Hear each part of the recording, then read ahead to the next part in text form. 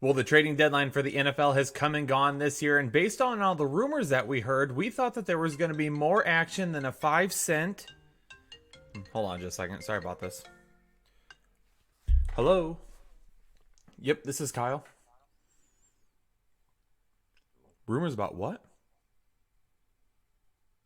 Jake's not trading me. Where'd you hear that from? Mother.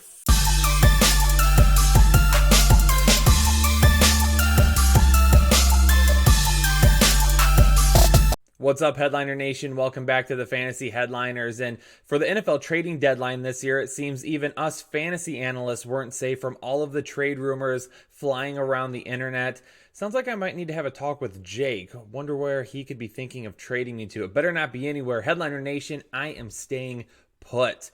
We're definitely going to tell Jake there are no trades happening here on this channel. But before we jump into all of the Week 9 information, let's take a look back at Week 8, being fully transparent on the calls that we made last week. For Week 8, some pretty good calls that we made over there in the hits column, some ones that we made over there in the misses as well, of course. But at 66%, we want to be a little bit higher. Again, really shooting for that 70% mark. So we got some work to do this week. We're going to do that work. However, even with the total percentage there being under 66%, we killed it in the rankings last week. Overall on the season, we made a huge jump. I am now up to 24th overall for all positions out of 153 people. Number 1 in tight ends, back up there as well. I had fallen to 3, back up to 1, where the tight end whisperer needs to be. Up to number 7th overall for wide receivers, number 32 overall for quarterbacks. Running backs still giving me a little bit of trouble, but hey, can't expect to be perfect. Still doing really well though. We're going to continue to work on that. We're going to get back a little bit higher. We're going to get those running back numbers up. We're going to stick at that number 1 spot for tight ends. Going to work on quarterbacks and wide receivers as well. And I think we're going to have a really good Week 9. We've got a lot of great information. So without further ado, let's jump into it and let's talk about quarterbacks for Week 9. All right, our first matchup of the week on Thursday Night Football, the 49ers headed to the Cardinals. And let me tell you why both of these quarterbacks are going to be a sit for me this week. I'm not liking the upside for either of them. Starting off with Jimmy Garoppolo of the 49ers, this is probably going to be a game in which we're going to see a ton of positive game script for the 49ers. Their defense has been excellent. We'll talk about that a little bit more in a minute. But even with that being said, they've relied heavily on the run game so far this year.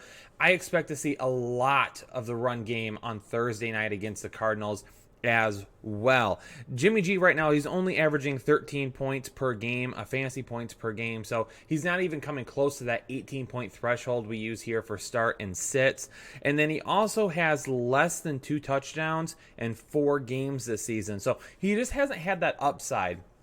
He's done well as a real-life quarterback. I have no complaints about him leading the 49ers, but from a fantasy football perspective, he hasn't done anything yet for us to consider him as a weekly starter, or even this week, somebody that we would just use as a fill-in just to get through the week if you're missing somebody on a bye. Now, with Kyler Murray, really worried about him on Thursday night. The San Francisco defense is for real. San Francisco is allowing 6 fantasy points per game to opposing quarterbacks right now. Only 6. Not even close to the 18 that we would need from Kyler Murray to consider him a sit. One of the reasons we're going to leave him there. However, San Francisco has not given up more than 100 passing yards since Week 3 against Pittsburgh. They've held all their opponents under 100 passing yards since then. And also this week, we know Chase Edmonds likely will be out. With David Johnson, we haven't heard a whole lot about him yet. Yes, he was practicing a little bit during the open portion of practice this week. However, open portion to media. However, he's going to be a game time decision. So does that mean that they're going to be running with like Zach Zenner and Kenyon Drake as their running backs this week? I like the trade of Drake to the Cardinals. I think he's going to be very useful if DJ ends up missing extended time. But with that being said, this week on such a short notice with him just being traded, if he doesn't have a run game to help keep things balanced, he's going to have a really tough time trying to pass the ball as the San Francisco 49ers keep him locked down. I expect a really, really tough week for him this week. And both of these quarterbacks really not really reaching any of their upside, so I would not consider using any of them or either of them in Week 9. For Houston and Jacksonville, both of these quarterbacks are going to be starts for me this week. With Deshaun Watson, he's the quarterback one in fantasy football right now. There's only one other quarterback averaging more fantasy points per game than him, and that's Lamar Jackson. I mean, I don't know how many of you out there have had a chance to sit for an entire game and watch Deshaun Watson play, but the dude is a wizard. He is a really, really good quarterback. He's getting that love right now. He's going to continue to get more of it, especially from a fantasy football perspective. However, for this week against Jacksonville, I am a little bit worried about the upside. I think it could be a little bit limited. I think I'm going to have him as a mid-range quarterback one this week. Still a start for me, but I'm going to bump him down a little bit. He's typically in that 1 to 3 range for me. He might be in that 4 to 6 range. One of the reasons why Jacksonville, over the course of the last 2 weeks, they have 7 turnovers. The defense has been playing well. Yes, it's against the New York Jets and the Cincinnati Bengals, so there's something to be said about that, but they seem to be playing well right now at home this week. They could carry some of that over to this game, a big game that they would really like to win at home. They could give Deshaun Watson a little bit of a tough time this week, so we're going to keep an eye on that. Now, for Gardner Minshew, Houston is giving up over 21 fantasy points per game to quarterbacks, the 6th most in the NFL. One of only 4 quarterbacks, Minshew, with an interception percentage less than 1%. He's Minshew mania and the mustache and the glasses and everything. He's getting tons of hype this year, but I don't think we've talked about his play enough. I know we have on this channel, but I think others have bought into the Minshew mania and haven't really talked about his play. He's been really, really good this year. Will Nick Foles ever get his job back? I don't know. We'll see about that. He does also have more than 200 passing yards in all but one game this season. So he's been pretty consistent for you. So this is definitely the guy. If you need a streamer this week, Minshew continues to be the guy that we bring up as a streamer. He'll be another viable streamer this week with really good upside. I definitely foresee him being a quarterback one in week 9. For Washington at Buffalo, we don't know who the starting quarterback for Washington is as of yet. We've heard that Dwayne Haskins has had a good week of practice, but we don't know if it's going to be him or Case Keenum. We'll have to keep an eye on that over the next couple of days. I like Keenum better against Buffalo, but it really doesn't matter because it's going to be garbage no matter what. The Bills are only giving up just over 12 fantasy points per game to opposing quarterbacks right now. Haskins has tons of turnover issues so far this year. Keenum has played very well in his limited time. He's been benched. He's been hurt. They keep going back and forth there as well, so we'll see what happens. But this is not an upside matchup for these quarterbacks whatsoever, so do not consider them against the Buffalo Bills. Now for Josh Allen, Washington has actually been pretty decent against against quarterbacks so far this year. Just over 16 fantasy points per game to opposing quarterbacks. They've given up the 6th most rushing yards to quarterbacks, though, and that's why I like Josh Allen this week. Typically with this matchup, you'd say maybe Washington can limit him a little bit. Obviously, Josh Allen does have some issues with consistency, especially in the passing game. But because they've given up so many rushing yards to quarterbacks this week, definitely still a good play for Josh Allen if he can move around on the ground a little bit, maybe score a rushing touchdown. Decent upside for you this week. You're going to continue to play him and deploy him as a potential quarterback one with that rushing upside added to his passing. Another matchup where we have to keep an eye on what quarterback is going to start for a team. Patrick Mahomes wasn't ruled out until later in the week last week, even after coming off that dislocated knee. So is there a chance that they continue to hold out a little bit longer this week? I don't know. We just have to continue to see. With Matt Moore, I am sitting him if he plays. If Patrick Mahomes plays, it's so hard not to start him. If he were to play, I would still put him in the lineup. However, with Matt Moore, I'm not going to put Matt Moore in there. Minnesota has held opponents of under 300 yards all but 1 week this season. So that upside that you would hope to have from a Kansas City quarterback, you're just not going to have it against Minnesota unless it's Patrick Mahomes. Do I think he would do bad? Probably not, but not nearly good enough for me to want to risk it and put him in my lineup as a streamer this week. With Kirk Cousins, since week 5, he's been the quarterback 4, and Kansas City is giving up over 19 fantasy points per game to opposing quarterbacks. maybe there's some limited upside. I think we're going to see a lot of Dalvin Cook this week. So if I'm starting Kirk Cousins, I'm thinking, man, can you get me 250 yards and 2 touchdowns? That would be perfect. That is what I am going to look for. Matt Moore is probably not going to be able to keep up if he starts. If Patrick Mahomes starts and he plays the whole game, then yes, that is more of a back and forth, a game where Kirk Cousins could see more volume. But if it's Matt Moore, I don't think Moore is going to be able to keep up with Minnesota. I think Minnesota is going to have a pretty good game at Arrowhead Stadium this week. Excited for Dalvin Cook. Kirk Cousins, though, is still going to be a start for me. Again, maybe just a little bit limited upside because we see way more Cook than what we have in other games this season. Who are you going to call Sam Darnold? Well, you're going to call the Ghostbusters because apparently you've been having some issues seeing ghosts recently. However, this week against Miami, the only thing you're going to be seeing is a lot of open field and a lot of fantasy points. I love Sam Darnold to bounce back this week. I think for you DFS players, I think Sam Darnold, it would be really, really nice if you're putting in some GPP lineups, maybe not cash game, but I really like the upside of Sam Darnold this week. I am going to run with him if I own him. On our trade episode, we talked about getting Darnold and that at some point, the schedule for him was going to ease up and he was going to have a really high upside. That starts this week against Miami. Now, Miami's already been giving up the third most fantasy points per game to quarterbacks, over 23 fantasy points per game to quarterbacks. But the other big thing this week, no, Xavier Howard. Howard is going to be out for the Miami Dolphins. He's on the IR, done for the season. He was the one guy on that defense that was really locking things down. Apparently, he was playing too hard and trying to win too much. So Miami said, no, get to the IR. We can't give up that number 1 overall pick. So that's just going to open things even more for this offense. I think the Jets are really going to go in and steamroll the Miami Dolphins. They need a good game. I think it's going to come this week. With Ryan Fitzpatrick and Josh Rosen. As of right now, it sounds like Fitzpatrick is going to be the starter. It will not be Rosen. And don't forget, if Rosen doesn't start the game, we're not going to list him as a miss. We're not copping out. I'm not adding extra guys just to try and increase my percentage.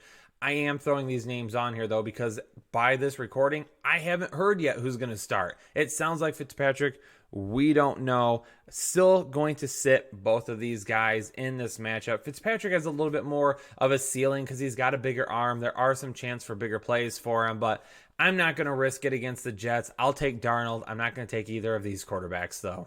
For this matchup, you're probably not surprised to see Mitchell Trubisky listed as a sit. Now, the matchup is there. It is absolutely there for him to have a good game, but are you really going to trust him? We're in week 9 right now. For some of you, you might be fighting for a playoff spot. You have to have every win.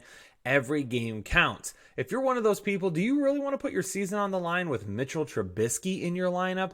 Probably not. He's been far too inconsistent. He's played bad in good matchups before.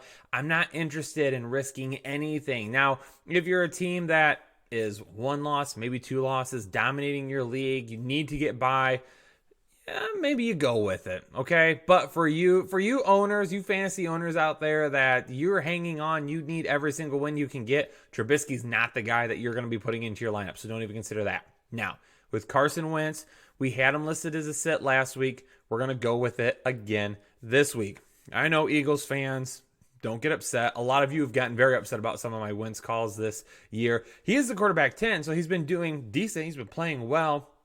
Don't love this matchup. 4 of the last 5 games, he has less than 200 yards passing, and the Bears are only giving up the 6th fewest fantasy points to opposing quarterbacks as well. So I don't love this matchup, even at home. Last week, they put up a ton of points on the Buffalo Bills, and Wentz played well, but his numbers weren't there. Now, some of that can be contributed to the weather. It was not great. There was a lot of wind, some big wind gusts. That had something to do with it. But this was a team that on the ground, they're doing a lot of different things. Jordan Howard's playing well. Miles Sanders is playing well. Just with Carson Wentz, limited upside, especially in this matchup for this week, I am going to go ahead and skip out on it. I would rather stream a guy like Gardner Minshew this week than put Carson Wentz in my lineup. Since Andrew Luck announced his retirement, I've been banging the drum for Jacoby Brissett. I was one of a few people that said, hey, Colts might still not be that bad with Brissett at the helm. He's still a good quarterback. Yeah, he might not put up gaudy numbers, but he's going to get the job done. And so far this season, he's done that. However, this week, it pains me to say it, I'm putting him on the bench. I do not love this matchup on the road against the Steelers for him. Here's why. Pittsburgh, they got off to a rough start. They've been playing a lot better, but their first 3 games of the season, the defense gave up on average 302 passing yards per game. However, the last 4 games, 181 passing yards per game. So they've gotten better and better and better. They've also given up 0 touchdowns in 2 of the last 3 games, and this is a tough potential matchup on the road. At home this season, the Steelers are only giving up 276 total yards per game. So total yards, not passing yards, total yards. Right now, Pittsburgh's only giving up 14.34 fantasy points per game to opposing quarterbacks. That's why I think with Jacoby Brissett, I'm going to go ahead and put him on the bench this week. A couple of the last games, the Kansas City game, he didn't look great. Last week didn't look great. Obviously, Denver a much better passing team or a much better pass defense team than what he's faced. So he's been a little inconsistent the last few weeks. So I'm going to go ahead and play it safe this week. I'm going to go ahead and put him on the bench. Same thing with Mason Rudolph. On the plus side, he has two passing touchdowns in all but 1 game this season. However, he's still missing the big volume. He's not getting a ton of volume. He's getting the pass touchdowns, but the yards, the completions, those things haven't really built up yet. But since taking over, he's averaged 14.2 fantasy points per game. Not bad, but again, not close enough to that 18 threshold that we need for a start or sit. I think both of these quarterbacks do okay this week. But again, I think both of them are going to be more like mid to high quarterback 2s at best. I don't think either of them make it into that quarterback 1 territory this week. Some of you may have won your matchup last week based on the streaming call I made of Ryan Tannehill, but we're going to change course this week and we're going to go back to putting Ryan Tannehill on the bench. It's just there's not enough upside in this matchup for me, whether it's Ryan Tannehill or Kyle Allen. It doesn't matter. Carolina's only giving up 14 fantasy points per game to opposing quarterbacks right now, and he has to try and win on the road in Carolina. That can be a tough task in itself. Both of these teams, Tennessee is just as tough. They're only giving up 15 fantasy points per game. Both of these teams are in the top 10 of fewest fantasy points allowed to opposing quarterbacks. So again, tough matchup. Tannehill being on the road, Kyle Allen coming off a really poor performance. We know that Cam Newton's going to be back soon. How soon? Whenever it happens, he's going to be the starter. Allen's going to be on the bench.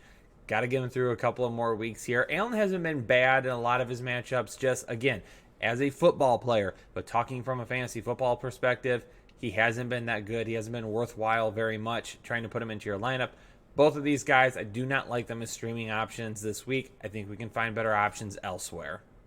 If you have any players on your bench that are from Detroit or from Oakland, you're going to do one thing. You're going to go to your lineup right after you're done with this video, and you're just going to start them. It doesn't matter who it is. We're starting everybody in this game this week. I was talking with Jake earlier, and I said to him, I would not be surprised if these teams combine for 60 points this week. I think there's going to be a ton of scoring in this matchup. I think there's going to be a ton of back and forth. I think both of these quarterbacks are in for really good weeks.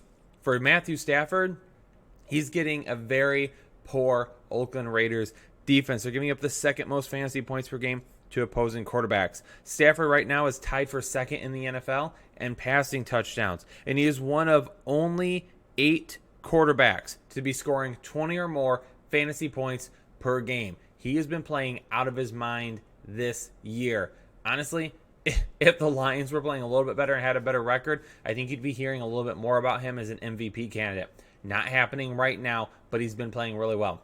With Derek Carr, not really getting as much love, honestly, as he should. He hasn't been that bad this year. He is first in completion percentage. So out of quarterbacks in the NFL that have at least 91 passing attempts this year, he is first in completion percentage. Darren Waller has really helped with that. Tyrell Williams, when he's healthy, has really helped with that. So that keeps rolling this week against Detroit, who's giving up the 7th most fantasy points per game to opposing quarterbacks. Also, again, Darius Slay. What's going to happen with him this week? We don't know for sure at this point. Maybe he was only held out last week because of the trade deadline. Maybe they were just playing it safe. He very well could make it in there. But if for some reason he still has any type of lingering injury, we're not going to see Darius Slay covering Tyrell Williams, which makes Tyrell Williams an even bigger play this week. So the Detroit defense just hasn't been playing that great. That probably continues in this matchup on the road in Oakland. For Tampa Bay and Seattle, Russell Wilson, he's a perma start, all right? We're never going to sit Russell Wilson. The Tampa Bay Buccaneers are giving up over 20 fantasy points per game to opposing quarterbacks. More than likely, the same thing will happen this week with Russell Wilson. But what about Jameis Winston? What about that guy? Well, Jameis Winston is the reason that we all need blood pressure medication, right? That's what he has done so far this season. However, keep in mind that Winston, 4 of his last 5 games, he's had over 300 passing yards. Okay? Yes, he will raise your blood pressure. Yes, he will make you hate football. Yes, he will throw interceptions. However, keep in mind that yes, he is a quarterback with legit quarterback 1, top 12, not the quarterback, just a quarterback 1, top 12 quarterback every single week because of the volume, because of the passing game. He's going to throw a lot of interceptions, and that can really hurt his fantasy points. But if he has one of those big games like he did against like the Rams, okay, if he has those big games, he's going to score a ton of fantasy points. Seattle is giving up over 18 fantasy points per game to quarterbacks right now, okay? So we're going to go ahead and run with Jameis Winston. All right, we're going to put him in our lineup this week. This is another guy that I would stream this week if I could. Yes, a tough matchup on the road, but he's going to get more than enough volume. If you put him in, you just keep your fingers crossed and you say, hopefully he limits the interceptions. He finds the end zone, but he's got two wide receivers within the top 10 of fantasy points per game. They can't do that without a quarterback to get them the ball. So, unfortunately, Jameis Winston has just been getting the ball to his team and the other team at basically the same rate. This week on the road in Denver, Baker Mayfield, unfortunately for us here at the Fantasy Headliners, is a sit once again. The offense just hasn't been doing what it's supposed to. Baker Mayfield facing a passing defense of the Denver Broncos that has only given up 200 yards passing 3 times this season and is giving up 10 fantasy football points per game to opposing quarterbacks, 3rd fewest in the National Football League. So absolutely no upside. They haven't been great against the run at times this year, though. So Nick Chubb, he could be in for a pretty big game this week. But Baker Mayfield, limited upside once again. And with Brandon Allen, right, who's that? A lot of people don't even know who this guy is. He's going to be starting this week for the injured Joe Flacco. So we'll see what happens with this matchup. I'm not going to risk it, though. I'm not going to use him as a streaming option. I know people have looked at guys like Gardner Minshew and said, oh, they started him and he had a good game. Kyle Allen's had a couple of good games. We're not doing that with Brandon Allen, okay? Don't risk it, okay? Don't look at it. He's no Gardner Minshew. Don't look at it and say, oh, maybe I can hit it this week with a guy at home playing in his first game. No, don't do that. Don't even think about it. Don't consider it. Leave him on the waiver wire. Don't pick him up. Just pretend he's not even there. We'll reassess the situation going forward if he has a good game. But for this week, we're going to keep our hands off that matchup. The Green Bay Packers and Aaron Rodgers have been one of the best over the last couple of weeks. Rodgers, more than 700 passing yards and 8 touchdowns, no interceptions the last 2 weeks. So even though he's playing a Los Angeles Chargers team that is giving up the 7th fewest fantasy points per game to opposing quarterbacks, he's been playing far too well to put him on your bench. You're definitely starting him this week. Now with Phillip Rivers, he's a guy that he's a safe play. He's a safe play with virtually no upside. He's got 5 games over 300 yards so far this season, but he's only the quarterback 17. He's averaging about 16 fantasy points per game. The volume with touchdowns just is not there. He's not finishing the deal. He's not getting a whole lot into the end zone. And because of that, he hasn't been a high upside play every single week. Now, if he's available in your league and you've got a guy on a bye this week or you're dealing with injuries or whatever, I mean, you could put him in your lineup. He's not going to win you a matchup, but I don't think he'll lose one for you either. So he's going to be a sit for me just because I don't think he gets to that 18-point threshold. However, he is a guy that if you're desperate for a quarterback this week and you just need somebody to get you points, more than likely Rivers will be able to do just that for you.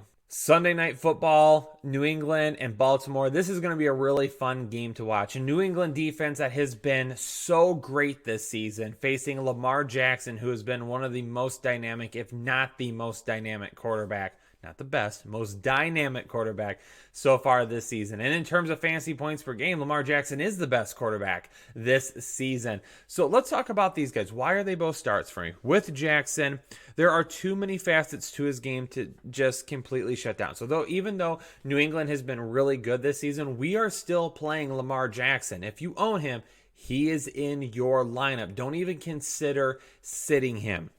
He is averaging right now 8 yards per attempt the last 2 weeks, and he's had at least 15 rushing attempts the last 3 weeks, or averaging 15 rushing attempts the last 3 weeks. New England has not played a quarterback so far this season like Lamar Jackson. There isn't a quarterback really in the NFL like Lamar Jackson, but they haven't played a dynamic quarterback like this so far. They've played some good quarterbacks. They've played some okay quarterbacks, but no one like Lamar Jackson. He has the most, again, fantasy points per game for quarterbacks right now, just over 25 fantasy points per game. Now, with Tom Brady, he's going to be a start for me this week, but he lacks upside for me, okay? I think he's going to be a low-end quarterback one at best. I do not love this matchup on the road facing a Baltimore defense that's been pretty tough this season, okay? Especially considering the one thing that I am worried about here is the run game for New England. I know this isn't a running back show, but let me tell you why Tom Brady I'm worried about. Baltimore's been really good against the run this year, okay? And I think they can completely shut down New England's run game with Sony Michel and force Tom Brady to have to win this game. However, they've been pretty good against quarterbacks as well. So they've been a good defense in terms of just balance across it. But the one weapon that I think that they're going to take out of the game this week is James White. So this is why Baltimore against the run, they have the 7th fewest fantasy points per game against the run, averaging just over 21 fantasy points per game against running backs this season. But it's in the pass game that they completely shut teams out. And this is where James White is lost for Tom Brady this week and doesn't give him that extra added weapon and that extra added versatility for this offense out of the background. The Baltimore Ravens this year, 29 receptions to running backs, 4th fewest in the National Football League. 37 targets to running back, 3rd fewest in the National Football League. 230 receiving yards, 5th fewest in the National Football League. Those are receiving numbers for running backs this year. So that is why Tom Brady, even though I'm going to start him, I think he has really limited upside. I think he struggles in this matchup. Will he get to those 18 points? More than likely, because I do think Lamar Jackson and the Baltimore Ravens get things done and they are able to score on this New England defense. Probably the worst game New England will have so far this season. I think New England is going to have a tough game. They could end up losing this game. So Tom Brady's going to have to pass quite a bit. I think that's why he gets there. However, they're completely, I think, going to take James White out of this matchup. I'm really concerned about him, and that's why I'm concerned about Tom Brady. So Lamar Jackson, Tom Brady, we're going to start both of them. I wouldn't consider sitting Lamar Jackson at all. For Tom Brady, it depends on who else you have. That's something that we'll have to talk about on the Start and Sit show or the live show this week. Talk a little bit more about that. And then, of course, again, with my rankings, check that out as well. Monday Night Football, Dallas at New York. These teams have already faced off once this season in week 1. So with that being said, Daniel Jones will be the starter this time, not Eli Manning when these teams face off. With Dak Prescott, he's going to be a start for me. The Giants are allowing 19 fantasy points per game to opposing quarterbacks, 9th most in the National Football League. It has been a rough 4 weeks for Dak after a really good start. He's been a little bit up and down. He is still the quarterback 5 on the season, and he's the quarterback 4 in terms of fantasy points per game. So we're not going to sit Dak Prescott, especially against the New York Giants defense. Now with Daniel Jones, I am going to sit him this week. The Cowboys are allowing the 4th fewest fantasy points per game to opposing quarterbacks, only 12 fantasy points per game to opposing quarterbacks right now. The Cowboys are also coming off the bye, so they get the extra week with the bye. They get a little bit of extra time with it being Monday Night Football instead of on Sunday or Thursday. So they have some extra time to prepare for the New York Giants after their game last week against Detroit. A little bit of a back and forth that they just barely ended up losing in Detroit. So Dallas is going to have some extra time to get ready for them. That's going to be a lot of a difference this week. And that's why Daniel Jones, not loving the matchup for him, but Dak Prescott will continue to roll him out as the quarterback for this season. All right, Headliner Nation, there you have it. Quarterbacks for week 9. Who are we going to start? Who are we going to set? A lot of information there for you. Don't forget, though, before you leave the video, hit that like button for us. Subscribe to the channel if you haven't done so yet. Hit that notification bell as well so you know every time we drop some content. And, of course, any questions you have, leave them down below. Don't forget, Headliner Nation, as well. If you love the show, if you love what we're doing here, we ask that if you can do so, support the channel by donating $1 a month through Patreon. That's $12 a year. Helps us do a lot of different things. We have a lot of big plans, Headliner Nation. It's going to be hashtag Headliners 2020 coming up. We expect a really big year next year. This is a channel for the people. So if you are able to help out so we can do some more things for you, we greatly appreciate that. As always, Headliner Nation, no matter what, appreciate the support. You just being here and watching the videos is more than we could ever ask for. Have a great week 9. Catch me on the tight end video, rankings video, lots of things still to come this week, but we'll catch you on the next episode. Have a good one.